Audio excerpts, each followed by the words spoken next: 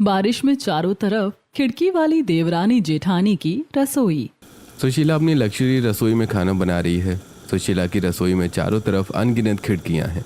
सभी खिड़कियों पर शीशे के दरवाजे लगे हैं। वहीं बाहर से पड़ोस की बसंती और सुमित्रा खिड़की के पास आकर, इतनी गर्मी में तुम्हें अपनी खिड़कियों से भरी रसोई में खाना बनाकर तो काफी सुकून मिल जाता होगा सुशीला बहन।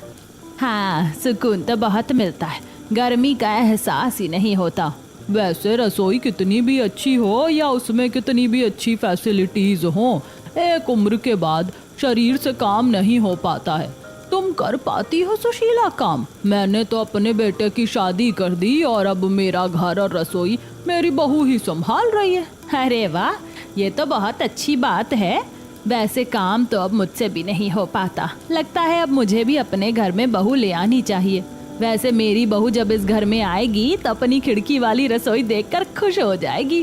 हाँ बिल्कुल, मुझे भी यही लगता है। आप सबके जाने के बाद सुशीला अपने परिवार वालों को खाना बनाकर खिलाती है। अब खाना खाकर सभी अपने कमरे में आराम करने जा रहे होते हैं। तभी सुशीला, अरे तुम सब कहाँ जा रहे हो? माँ आराम करने जा रहे, सुबह ऑफिस जाना है ना। राहुल बेटा तुम जाओ और कैलाश अनिकेत तुम मेरे पास इधर आओ, सोफे पर बैठो, तुमसे कुछ बात करनी है। अरे लगता है कोई जरूरी बात है, अब तो मुझे भी यहीं रुकना पड़ेगा। अब बाकी सदस्य आराम करते हैं और सुशीला, आलोक और कैलाश अनिकेत सोफे पर बैठते हैं। क्या हुआ माँ, कहिए। बेटा मैं कह रही थी कि ऑफिस का काम तो होता रहेगा, अब तुम्हारी शादी की उम्र हो गई है। गली मोहल्ले में भी सभी ने अपने बेटों की शादी कर दी है, तो मैं सोच रही हूँ कि अब तुम दोनों की भी मैं शादी कर दूँ। बहू आ जाएगी तो घर संभल जाएगा, मुझसे अब काम नहीं हो पाता है। हाँ वैसे तुम्हारी माँ कहे तो ठीक रही है। माँ इसमें पूछना क्या है, आप जो कहेंगे वही होगा। हाँ भैया ठीक कहते हैं, और जब आपसे काम नहीं हो पा रहा है तो हम शादी करने के लिए तैयार हैं। अब ये सुनकर सुशीला बहुत खुश होती है। उसके बाद सभी लोग अपने कमरे में जाकर आराम करते हैं। अब अगले दिन घर में पंडित जी आते हैं। पंडित जी, मुझे ये दोनों लड़कियां बहुत पसंद हैं, क्या नाम है इनका? अरे जी, इस लड़की का नाम चांदनी है और दूसरी का सपना। दोनों ही काफी सुंदर, समझदार और सुलझी हुई लड़कियां हैं। जी मुझे भी ऐसी लड़कियां चाहिए जो घर संभाल दे मेरा। मैं इन्हीं से अपने बेटों की शादी करूंगी। जी ठीक है। अब सुशीला अपने पूरे परिवार वालों के साथ अपनी बड़ी बहू के घर जाती है। वहीं चांदनी हाथ में चाय नाश्ता लाकर लड़के वालों को देती है। लड़की तो आपकी बहुत सुंदर और शांत स्वभाव की लगती है। हाँ भाभी काफी स्वीट है। क्यों भैया, आपको तो पसंद आ गई होगी लड़की? ये सुनकर कैलाश सिर्फ मुस्कुरा देता है। वैसे हमें लड़की तो बहुत पसंद है जानकी जी। अब आप बताइए आपका क्या निर्णय है इस शादी को लेकर? जी हमें भी आपका बेटा बहुत पसंद है। अब ये सुनकर लड़के वाले खुश हो जाते हैं और रिश्ता फिक्स करके वहां से अपने घर चले जाते हैं। अब अगले दिन सुशीला अपने पूरे परिवार के साथ अपनी छोटी बहू के घर जाती है। भैया भाभी तो काफी डरी डरी सी लग रही है, जरा आप ही कुछ कहिए इन्हें। चुप कर, अपने बड़े भाई से मजे लेता है। वैसे आपकी बेटी बहुत अच्छी है मालिनी जी। जी शुक्रिया। वैसे आपका लड़का भी काफी अच्छा और समझदार लगता है, हमें पसंद है दामाद जी। अब ये सुनकर पूरा परिवार मुस्कुरा देता है और फिर कुछ ही देर में वो लोग रिश्ता फिक्स करके घर आ जाते हैं। अब 1 महीने के अंदर अंदर सुशीला अपने दोनों बेटों की शादी पूरे धूमधाम से करवाती है और फिर शादी करके दोनों ही बहू अपने ससुराल आती हैं। वहीं आरती की थाली लेकर खड़ी उनकी सास। आओ बहू रानी, दाएं पैर से कलश गिराकर इस घर के अंदर प्रवेश करो। अब दोनों ही बहू अपने अपने दाएं पैर से कलश गिराती हैं और घर के अंदर प्रवेश करती हैं। अब दोनों बहुएं जैसे ही घर के अंदर घुसती हैं वो देखती हैं कि घर के हॉल में कई बड़ी बड़ी शानदार खिड़कियां बनी हुई हैं जिन पर शीशे के दरवाजे लगे हैं। बाप रे, इतनी सारी खिड़कियां! ये खिड़कियां तो काफी खूबसूरत लग रही हैं। हाँ जेठानी जी ने बिल्कुल सही कहा, इतनी सारी खिड़कियां और सभी खिड़कियां काफी खूबसूरत हैं। लेकिन इतनी सारी खिड़कियां लगवाने की जरूरत क्या थी? 1 से 2 खिड़कियां भी अच्छी लगती हैं। बहू, मुझे और तुम्हारे ससुर को खिड़कियों का बहुत शौक है और इससे घर भी काफी लग्जरी लगता है देखने में। इसीलिए हमारे पूरे घर में तुम्हें कोई ऐसा दीवार या कमरा नहीं मिलेगा जिस पर खिड़कियां ना हो। सही कहा माँ आपने। खैर अब आप दोनों ये खिड़कियां बाद में देख लेना, आप पहले जाकर आराम कर लो, आप दोनों थक गई होंगी। अब दोनों देवरानी जेठानी अपने कमरे में आती हैं। अब चांदनी जैसे ही अपने कमरे में घुसती है, चांदनी देखती है कि उसके कमरे में भी चारों तरफ कई खिड़कियां बनी हुई हैं जो काफी सुंदर हैं। अरे, हमारे बेडरूम में भी चारों ओर खिड़कियां हैं। वैसे ये खिड़कियां अच्छी लग रही हैं बेडरूम में, और हवा भी काफी अच्छी आ रही है। हाँ, ये खिड़कियां बेडरूम की खूबसूरती में चार चांद लगा देती हैं। और फिर कमरे में एसी भी है, लेकिन इन्हीं खिड़कियों से कमरा ठंडा इतना हो जाता है कि एसी चलाने की जरूरत ही नहीं पड़ती। चलो तुम आराम कर लो। दूसरी तरफ देवरानी अपने कमरे में खिड़कियां देखकर, अनिकेत, तुम्हारे बेडरूम में भी खिड़कियां हैं? ये खिड़कियां तो काफी अच्छी तरीके से डेकोरेट कर रखी हैं। अच्छा लग रहा है काफी। यहाँ से बाहर गार्डन का नजारा काफी खूबसूरत दिख रहा है। हाँ, यह हमारा ही गार्डन है सपना। अच्छा, वैसे बेडरूम में भी खिड़कियां क्या माँ जी की मर्जी से ही लगी है या तुम्हारी मर्जी से? नहीं नहीं, मेरी मर्जी से नहीं। इस घर में सभी खिड़कियां मम्मी और पापा की मर्जी से ही लगी हैं, क्योंकि उन्हें खिड़कियों का शौक है। खैर, अब ये खिड़कियां मुझे भी अच्छी लगती हैं। चलो अब आराम कर लेते हैं। अब घर के सभी सदस्य अपने अपने कमरे में खिड़की खोलकर आराम करते हैं। अगले दिन सुबह दोनों देवरानी जेठानी सुंदर साड़ी पहनकर हल्के मेकअप में अपने ससुराल वालों के सामने आती हैं और फिर अपने सास ससुर के पैर छूती हैं। वहीं सोफे पर बैठी सुशीला चाय की केतली लिए अपनी दोनों बहू के लिए चाय निकाल रही होती है। बहू, मैंने सुबह की चाय बना दी थी। लो, तुम दोनों सुबह की चाय पी लो, उसके बाद अपनी पहली रसोई की रस्म कर लेना। अब खुशी खुशी दोनों देवरानी जेठानी घर के सभी सदस्यों के साथ बैठकर चाय पीती हैं। और भाभी, कैसा लगा आपको हमारा घर और हमारे घर के सदस्य? हाँ भाभी, बताओ ना। अब दोनों ही देवरानी जेठानी मुस्कुरा कर कहती हैं, घर तो बहुत सुंदर है और घर के सदस्य भी काफी अच्छे हैं। सही कहा, घर तो सच में बहुत सुंदर है। चारों तरफ खिड़कियां, ठंडी हवाएं मन को शांत कर देती हैं और आप लोगों का व्यवहार भी काफी अच्छा है। खैर, अब आप हमें बता दीजिए कि आप लोगों को क्या क्या खाना है, हम वही पहली रसोई में बना देंगे। बहू, हम तुम्हें किसी भी तरह का कोई ऑर्डर नहीं देना चाहते, इसलिए तुम्हें जो पसंद है तुम वही हम सब के लिए बना दो। जाओ। यह सुनकर दोनों देवरानी जेठानी बहुत खुश होती हैं और फिर रसोई में आती हैं। लेकिन रसोई में आती उनके कदम ठहर से जाते हैं। वो देखती हैं कि उनकी रसोई में चारों तरफ सिर्फ खिड़कियां ही खिड़कियां हैं और उन खिड़कियों पर पक्षी बैठे हुए हैं, वो चारों तरफ निगाहें घुमाकर। अरे देवरानी जी, घर के हॉल और बेडरूम तक तो खिड़कियां ठीक थी, लेकिन रसोई में भी इतनी सारी खिड़कियां?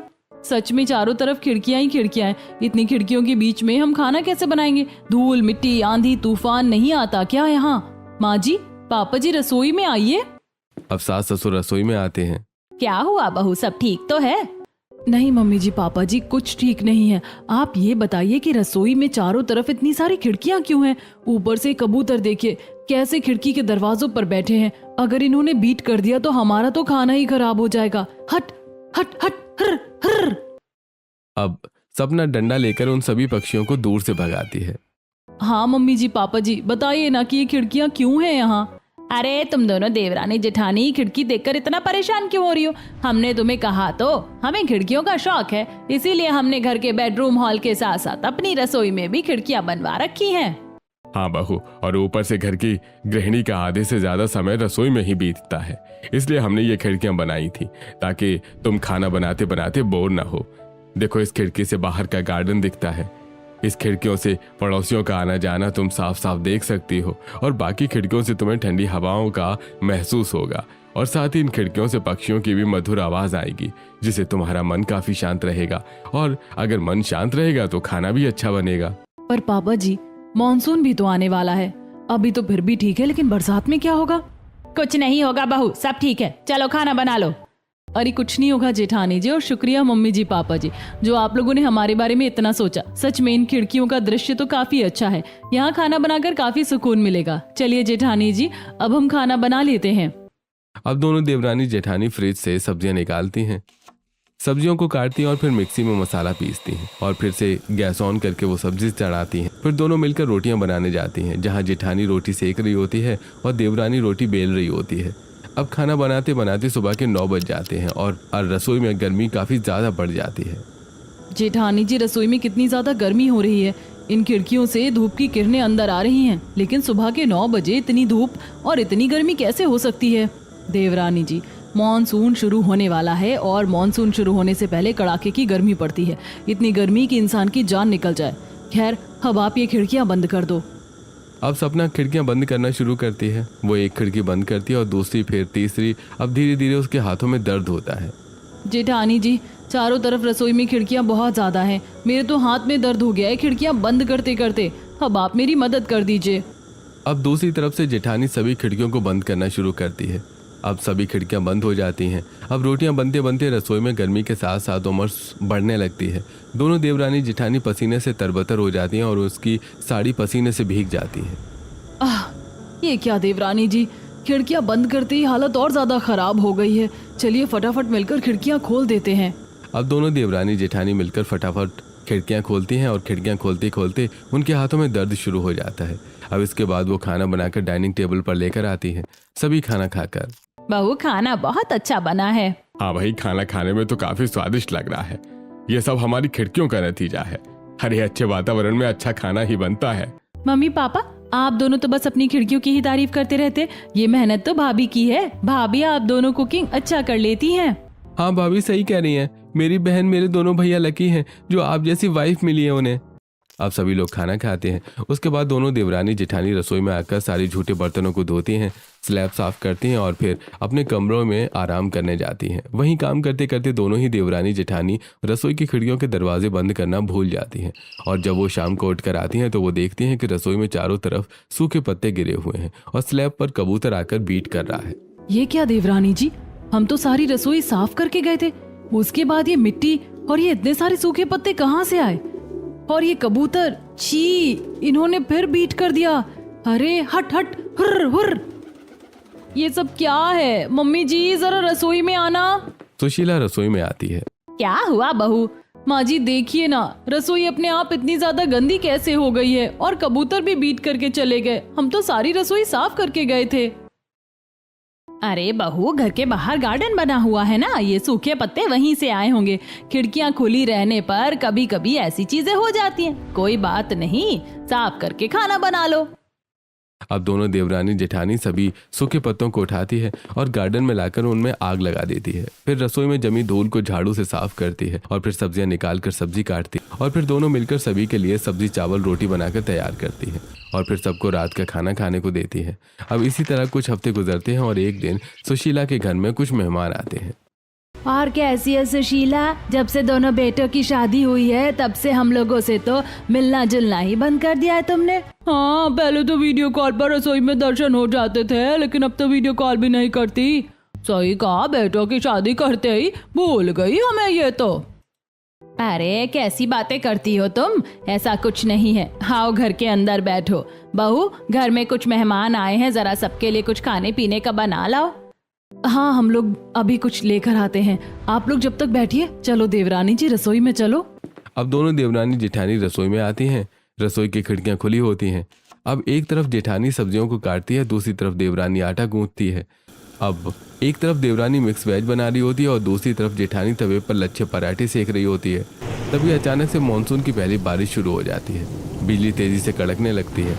वहीं हवा से गैस बंद हो जाती है। खिड़कियां तेजी से खुलने और बंद होने लगती हैं और बारिश के पानी के छींटे सीधे रसोई के अंदर ही आने लगते हैं, जिससे तवे पर रखे पराठे बारिश के पानी में डूब जाते हैं और सब्जी की कढ़ाई भी पानी से लबालब भर जाती है।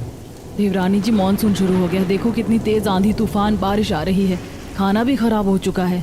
सच में मुझे तो बहुत घबराहट हो रही है। और इस बारिश में हम खाना कैसे बनाएंगे? अब घर में आए मेहमान बादलों के गरजने की आवाज सुनकर रसोई में आते हैं। अरे सुशीला, रसोई में तो बारिश का पानी भरा है, तेरी बहू भी भीग गई है। सच में देखना, सारा खाना भी खराब हो चुका है। सच में, मैं तो कह रही हूँ सुशीला, अब तू अपनी इन रसोई की सभी खिड़कियों को ना बंद कर दे। ये चारों तरफ खिड़कियाँ होना ठीक नहीं है।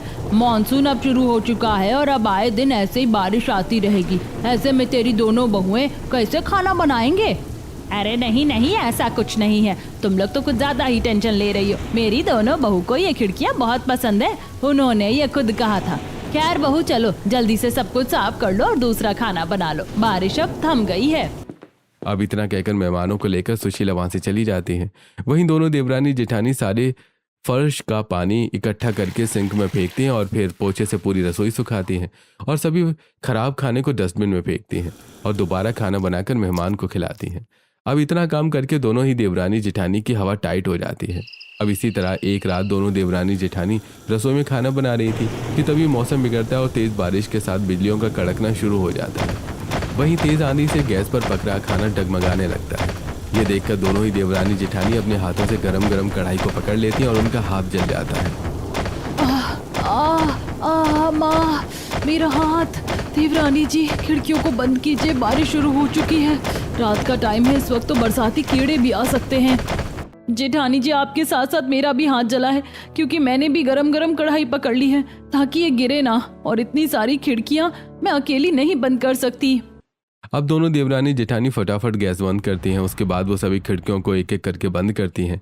लेकिन खिड़कियां ज़्यादा होने की वजह से जब तक वो खिड़कियां बंद करती हैं तब तक रसोई के अंदर बरसाती कीड़े घुस जाते हैं, जो उनके शरीर पर काटने लगते हैं और वो उछलने लगती हैं। आई माँ, मम्मी बचाओ, इन कीड़ों ने तो मेरी गर्दन पर काट लिया। उफ, ये मेरे ब्लाउज के पीछे जा रहे हैं, अब मैं क्या करूं? आई माँ, जेठानी जी, ये कीड़े तो मुझे भी काट रहे हैं। घर के सदस्य कहाँ हैं? इन लोगों को कुछ दिखाई नहीं दे रहा क्या? इनको कोई फर्क थोड़ी ना पड़ता है। रसोई में चारों तरफ खिड़की बनाकर खुद मजे मार रहे हैं, बाहर हॉल में बैठकर। अब जैसे तैसे सभी खिड़कियां बंद करके दोनों देवरानी जेठानी खाने के पास आती हैं, जहां खाने में भर भर कर बरसाती कीड़े गिरे होते हैं और रसोई में भी उड़ रहे होते हैं। अब वो हाथ से कीड़े निकाल कर फेंकते हुए, देवरानी जी, कीड़े लगभग साफ हो गए। अब अंदर जाकर कुछ छुप कर बैठे हों तो पता नहीं। रहने दो, मैं बहुत थक गई हूँ। अब जो जैसा खाना है चलो वही सबको परोस देते हैं। अब घर के लोग जैसे ही खाना खाना शुरू करते हैं उन्हें अपने खाने में मरे हुए कीड़े नजर आते हैं। बहू, ये दाल जीरे में फ्राई हुई है या कीड़े में? अरे सच में बहू, ये काला काला क्या है? कीड़ा है या जीरा है? क्या कहा? खाने में कीड़ा? ऐसा कैसे हो सकता है? अरे माँ जी, बाहर काफी बारिश हो रही है और रसोई में चारों तरफ खिड़कियां बनी हुई हैं, और फिर जब तक हमने खिड़कियां बंद की तब तक बरसाती कीड़े रसोई में घुस चुके थे। हाँ जेठानी जी, बिल्कुल सही कह रही हैं, और ऑलमोस्ट तो हमने सारे कीड़े निकाल ही दिए थे। खाने से थोड़ा बहुत रह गया होगा तो पता नहीं, अब आप लोग यही खा लीजिए। बहू, तुम्हारा दिमाग खराब है, ये क्या कह रही हो? हाँ, ये क्या कह रही हो चांदनी? हम ये खाना खाएं जिसमें कीड़े मरे हुए हैं? ये तो बिल्कुल भी ठीक नहीं है, ये नहीं खाया जाएगा। सपना, चलो जाओ दूसरा खाना बनाकर लेकर आओ। अब दोनों देवरानी जेठानी गुस्से से सारा खाना लाकर डस्टबिन में फेंकती हैं और फिर गंदी पड़ी रसोई को वो पहले साफ करती हैं और फिर दोबारा से खाना बनाना शुरू करती हैं। देवरानी जी, शुरू में तो ये खिड़कियां मन को बहुत लुभा रही थी, लेकिन जब से मॉनसून शुरू हुआ है तब से ये खिड़कियां तो आफत बन गई हैं। जेठानी जी, आप बिल्कुल ठीक कह रही हैं। ऊपर से घर वाले, वो तो हमारी बात सुनते ही नहीं, ना हमारी मदद करते हैं। अब दोनों देवरानी जेठानी दूसरा खाना बनाकर घर वालों को खिलाती हैं और फिर अपने कमरे में आराम करने जाती हैं। कैलाश जी, आपके घर की सभी खिड़कियां बहुत अच्छी हैं, लेकिन रसोई की खिड़की, क्या कभी किसी ने उस पर गौर किया है? आपको पता है मॉनसून शुरू हो गया है और 1 हफ्ते से हम बारिश, आंधी, तूफानों का सामना करके अपनी खिड़कियों से भरी रसोई में खाना बना रही हैं, और इस वजह से हमें रोज नई मुसीबत, नई चोट का सामना करना पड़ता है। चांदनी, तुम चीजों को इतना बड़ा चढ़ाकर क्यों बता रही हो? रसोई में चारों तरफ खिड़कियां हैं, मैं मानता हूँ खिड़कियां काफी ज्यादा हैं, लेकिन सभी खिड़कियों में दरवाजे भी तो हैं, तुम उन्हें बंद कर दिया करो। दूसरी तरफ सपना भी यही सारी चीज अपने पति से कहती है तो उसका पति, सपना इतना परेशान क्यों हो रही हो? ऊपर से तुम तो जानती हो ना कि ये खिड़कियां मेरी मम्मी और पापा को बहुत पसंद है। अगली बार से तुम बारिश आने पर खिड़कियों के दरवाजे बंद कर लेना, तुम्हें इतनी दिक्कत नहीं होगी। कितनी बड़ी बात कह दी तुमने, जैसे हमने तो कभी खिड़कियां बंद की ही नहीं होंगी। इतना दिमाग हमारे पास भी है, लेकिन एक साथ इतनी सारी खिड़कियां बंद नहीं हो पाती हैं। अब दोनों ही देवरानी जेठानी अपने पति के जवाब से सेटिस्फाई नहीं होती, लेकिन वो कुछ नहीं कहती। अब अगले दिन दोनों देवरानी जेठानी रसोई में सुबह का नाश्ता बना रही होती हैं। एक तरफ गर्मा गर्म चीले बन रहे होते हैं और दूसरी तरफ अंडे का ऑमलेट। देवरानी जी, मैंने 5 से 6 बेसन का चीला बना लिया है, 2-3 चीले बनाने रह गए हैं। ऑमलेट कितना बन गया? ऑमलेट तो अभी 3 से 4 ही बने हैं, अभी 3 से 4 ऑमलेट और बनाना पड़ेगा। अब दोनों देवरानी जेठानी इतना कहती हैं कि तभी रसोइयों की चारों तरफ लगी खिड़कियां तेजी से आवाज करने लगती हैं। हे भगवान, आंधी फिर से शुरू हो गई। शुक्र है खिड़कियां बंद हैं, अब कुछ नहीं होगा। अब चांदनी इतना कहती ही है कि दूसरी तरफ बाहर से तेजी से कुछ बड़े पत्थर उड़ते हुए आते हैं, जो रसोई की खिड़कियों में लगे शीशे को तोड़ देते हैं और कुछ कांच के टुकड़े देवरानी जेठानी के शरीर पर भी गिरते हैं। जेठानी जी, ये शीशे तो टूटकर मेरे हाथ में चुभ गए। आई माँ, देवरानी जी, ये कांच का टुकड़ा तो मेरे भी सिर पर चुभ गया। रसोई से बाहर चलिए जल्दी। अब दोनों देवरानी जेठानी परेशान होकर बाहर आती हैं। एक के हाथ से खून निकल रहा होता है तो दूसरे के सिर से। अनिकेत, देखो, रसोई में बनी चारों तरफ की खिड़कियां आंधी तूफान से टूटकर गिर रही हैं और वो नुकीले शीशे मेरे हाथों में चुभ गए और जेठानी जी के सिर में। हाँ कैलाश जी, देखो मैंने कहा था ना कि ये खिड़कियां बहुत ज्यादा खतरनाक हो गई हैं। रसोई के लिए वहाँ काम करना अब बहुत मुश्किल है। अच्छा अच्छा बहुओं, तुम घबराओ मत।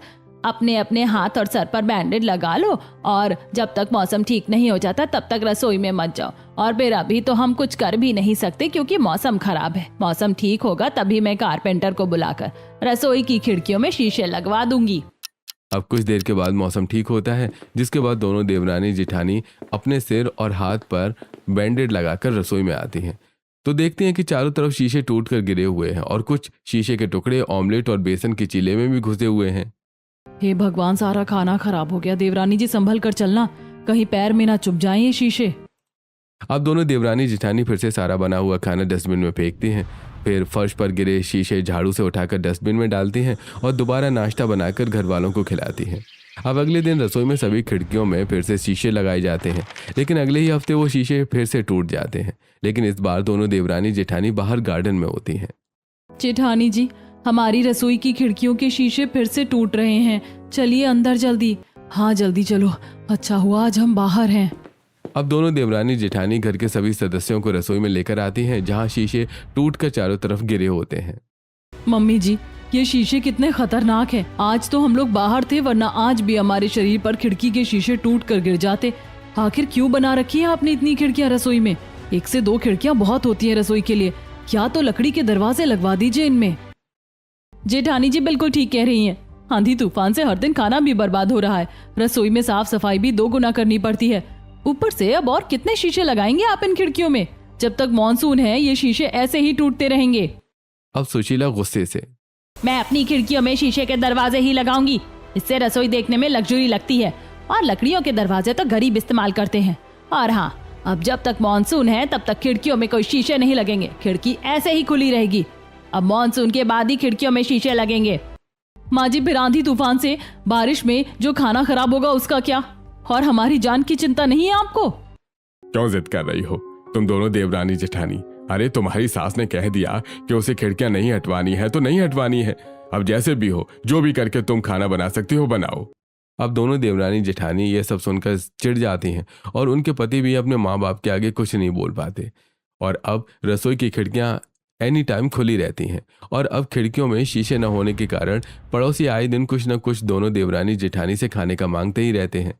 बसंती जी, आपके घर में खाना नहीं बनता क्या, जो आप हर दिन कटोरा लेकर खाना मांगने आ जाती हैं?